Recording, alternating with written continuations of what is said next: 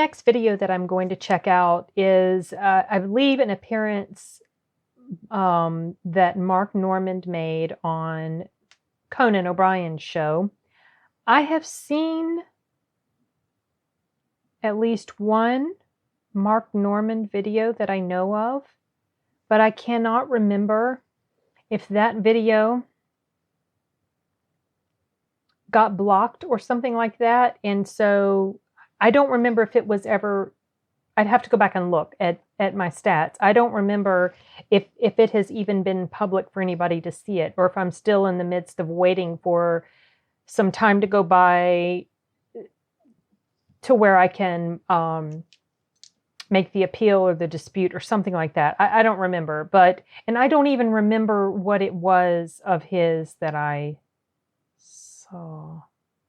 Maybe I do. Maybe I've done two of his. I think.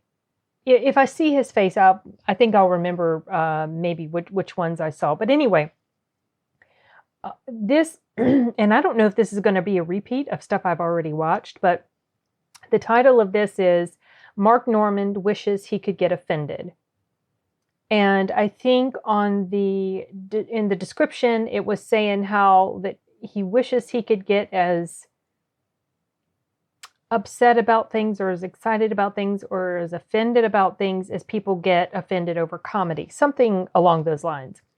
So that, of course, makes me very interested to check it out. I've talked about stuff like that before. I kind of feel like this will be sort of more of the same, just kind of a underscoring of how I feel about this sort of subject matter. But let's go ahead and jump right into it. Yeah, hey, good to be here. I Ubered here. I had a real chatty driver. Oh, don't you hate that? Wouldn't it be nice if there was a small talk option on the app, you know?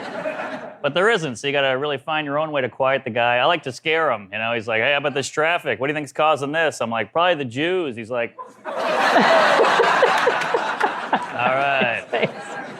Nice quiet ride. Yeah. I'm staying in West Hollywood, very gay area, which I like. Big fan of the gays. Oh, hey, all right. Thanks for coming out. Yeah. Big fan. I feel like gay guys are just a little better than us. You know, they're progressive, non-violent. You never meet any violent gay guys. There's no gay gangs. That would just be a musical. Yeah. Not, but there aren't that I know of, but there certainly are violent gay people. I mean, there's no group that's got a monopoly on that sort of thing. Anyway, his like fake awkward expressions are funny. Gay gangs, that would just be a musical. Yeah. I have the worst gaydar on the planet. I can't tell who's gay. You know? My friend's always bragging about his gaydar. We'll go out, he's like, he's gay, he's gay, he's gay. I'm like, well, that's not that impressive. I mean, we're at a gay bar. I don't know. You want to impress me with your gaydar? Start pointing out gay babies. Now that's impressive. Like, see that kid breastfeeding over there? Between you and me, he's miserable. I'm not gay. Seeing a lady, my girlfriend, she's obsessed with murder shows like Dateline, Forensic Files. Yeah, and she caught me watching like 2 seconds of gay porn. She flipped out. She was like, what the hell is this? I was like, well, you watch murder. Isn't that way worse? These are just two people having sex. Your thing's the first commandment. This isn't even on the list. She was like, well, do you want to do this? I was like, well, do you want to kill me? Okay. She was like, oh, shut up. I'm just watching this so I know what to do if I ever get in that situation. I'm like, well, maybe that's why I'm watching gay porn. That's what I was going to say. I knew it. Yeah. She's like, oh, that's ridiculous. This is a reenactment. Well, so is this. This guy's not really a real estate broker. But hey, you guys are a fun crowd. You know, a lot of crowds now very sensitive. Everybody's so offended these days. Words. Oh. Yeah. You know? I always get jealous when people get offended. They go, hey, that joke offended me. I'm like, wow, I wish I cared about anything as much as you cared about that joke. What's it like to feel? The only feeling I really get is loneliness. I'll feel very lonely as a guy who doesn't get offended. Offended people like get together, they make signs, they protest. Unoffended, we don't get together. Never see a bunch of unoffended people outside of a university like, yeah. I don't know, look where it's gotten us. The whole country feels angry. We're all pent up. We got white supremacists, protests all the time, hate groups. Now, you're allowed to be hateful in America as long as you're not specific. You know, if you go, I hate Jewish people, everybody goes, oh my God, what a bigot, prejudice. But if you go, I hate people, everybody goes, tell me about it. That's actually a good point. That's a good point. That's so funny. It's okay to hate everybody. Just don't hate specific groups of people. That's funny. All right, get back over here. Okay. Prejudice. But if you go, I hate people, everybody goes, tell me about it.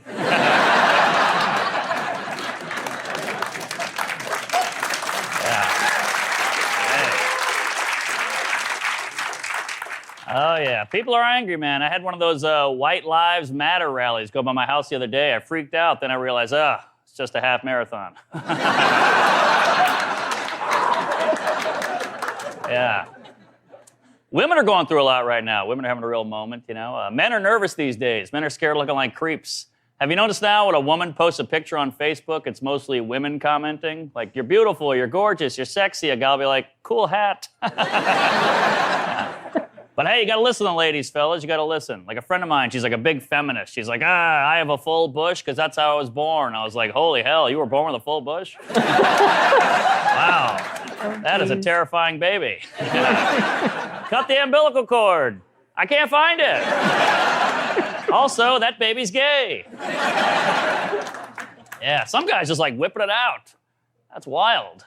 Yeah, I think guys get confused because ladies, sometimes you like a penis. So I think guys think, hey, she liked one last night. Why wouldn't she like one by the copy machine? Women are so complex. Because I think, generally speaking, men are a little more constant. You know, like men like boobs, but we like boobs across the board. You know, boob in the bedroom, great. Boob on the bus, also great. Penis in the bedroom, great. Penis on the bus, call the police. Nobody's calling the police on a boob. If you see a boob out in the wild, it's like seeing a deer. You're like, shh.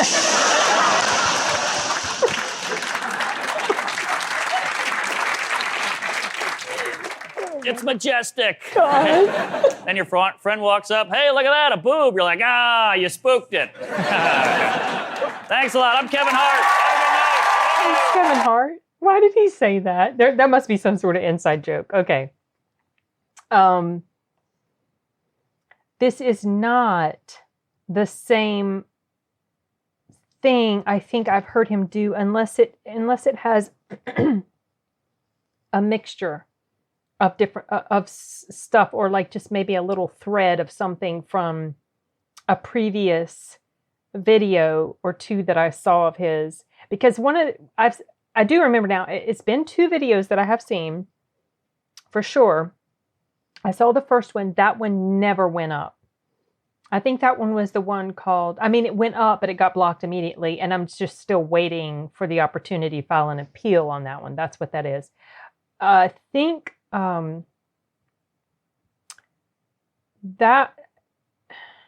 one was called Everything's Tense. And then the second one, which I do believe got posted, but I don't remember if it eventually got blocked or whatever. A lot of times while I'm in the midst of the disputes and appeals and stuff, sometimes I will make the videos unlisted or whatever, just kind of segment them away from what's publicly available for you guys to watch. Sorry if the camera's getting jolted from the desk.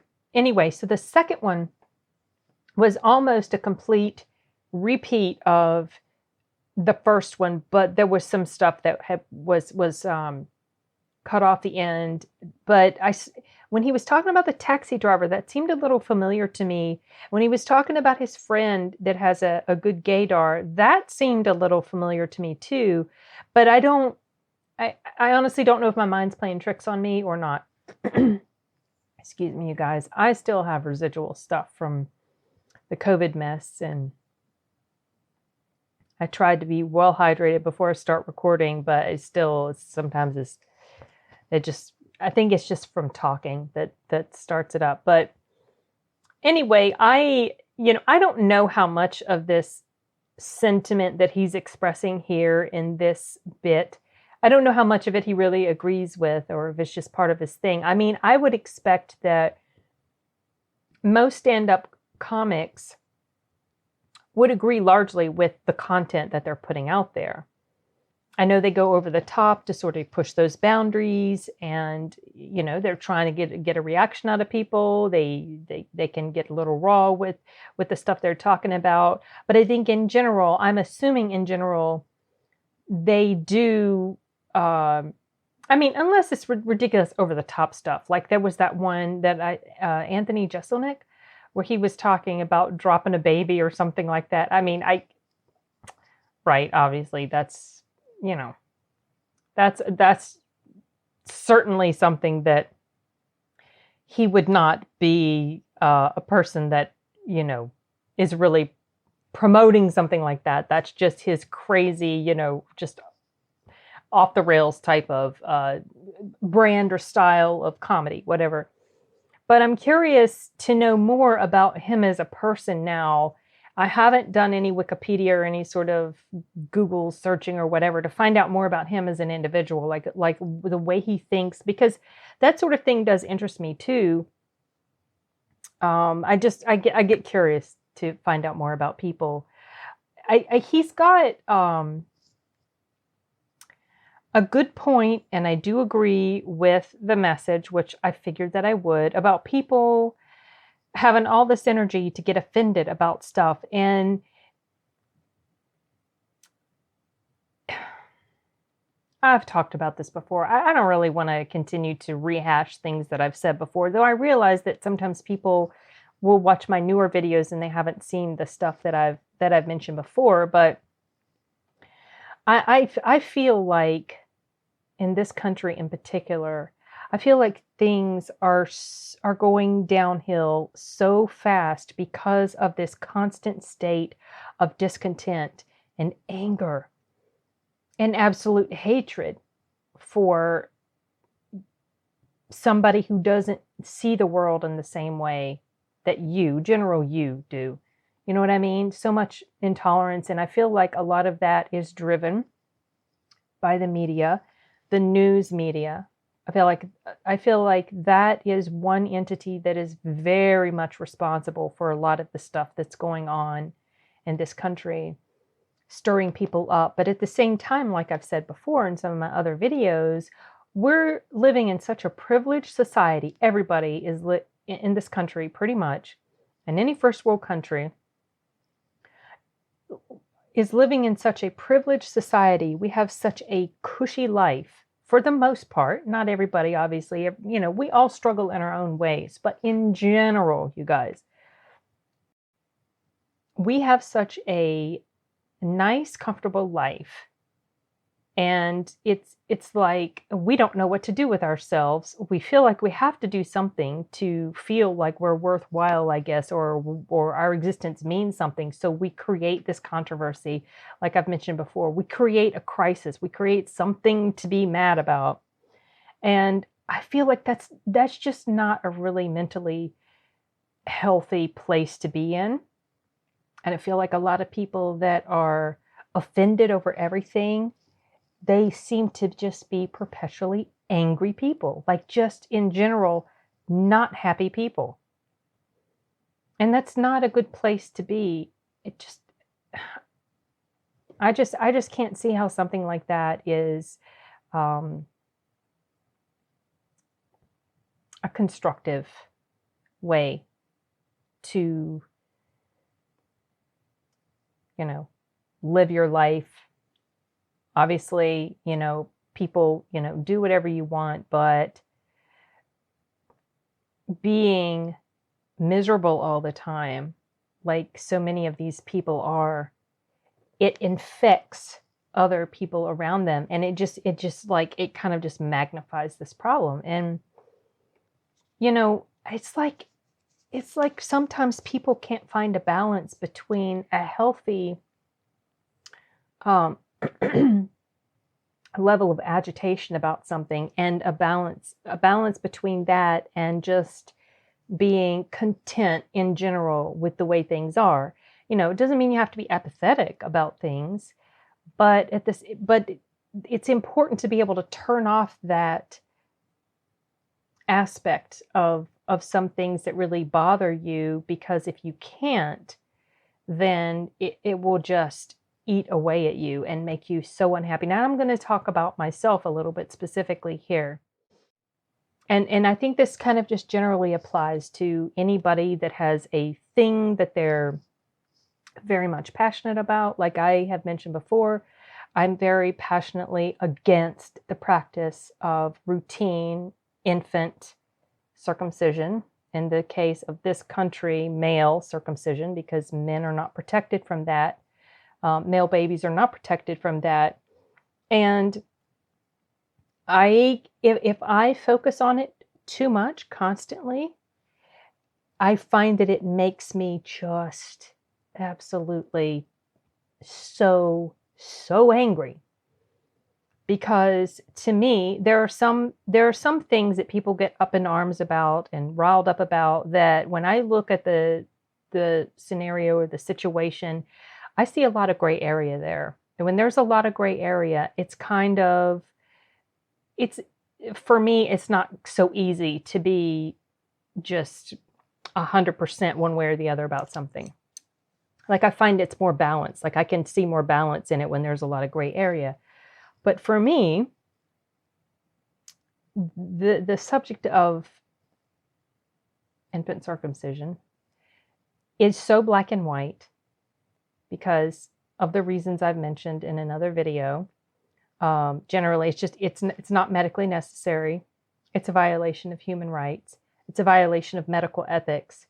And when it's done in the name of religion, it's a violation of religious freedom.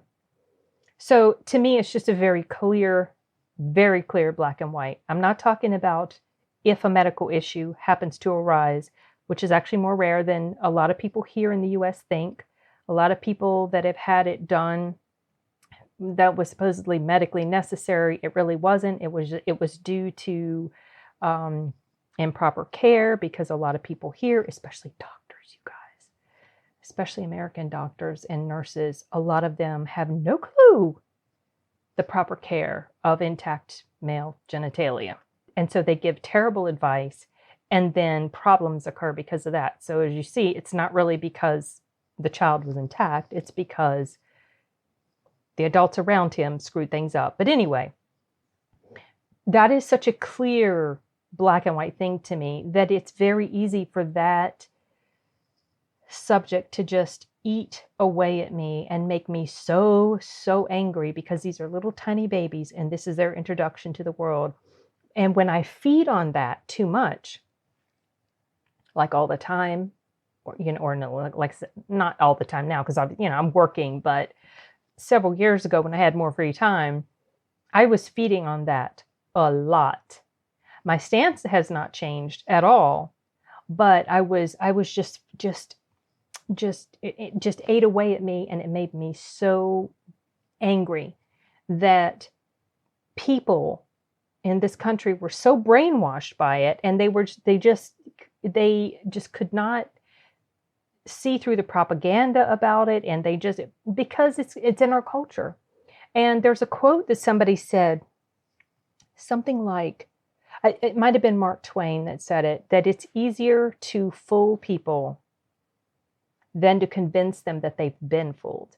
And I found in my experience, online sort of discussions and debates and talks with people about it, that is absolutely true. Trying to help open someone's eyes about something like this is really difficult when it's just seeped into their brain that that's just the way it has to be. Anyway, that's a huge tangent, but what the point I was trying to make is, when you have something that you're passionate about, and that is just all you put your energy into, it really creates this very unhealthy imbalance in your life, your social life, maybe your mental and emotional well-being. And I feel like people, if they could just kind of take a step back and take a breath and turn off the dang news, life would be so much better. Oh, and if they would do yoga, if everybody in the whole world did yoga, I think the world would be a little bit more peaceful. Maybe. I don't know. That's just me throwing in my little yoga thing there. Anyway, I don't know. I kind of have just sort of gone. Wow, this video was only 5 minutes. I feel like I've been talking for 15 plus minutes. Jeez. Okay. This was fun. I enjoyed it. He's funny. His delivery doesn't, it doesn't, it's funny, but it doesn't crack me up hugely. You know what I mean? Like Bill Burr stuff. Bill Burr stuff. I mean, I got to stop comparing people to Bill Burr, but Bill Burr can really crack me up. Who else? There's been at least one or two other people that have really tickled me. I can't think. Maybe George Carlin is one of them, just because I don't know, but he's funny, and I've got stuff of his on my list, and I will continue to watch him. But he's got a delivery that it's not that I dislike it. It's just that it's not my favorite. You know, we all have our preferences when it comes to certain things: movies, books, music, stand-up comics. So anyway, whatever. I'm still glad I checked it out. Gave me something to think about and talk about. And I think I'm going to wrap this one up anyway, you guys. Later.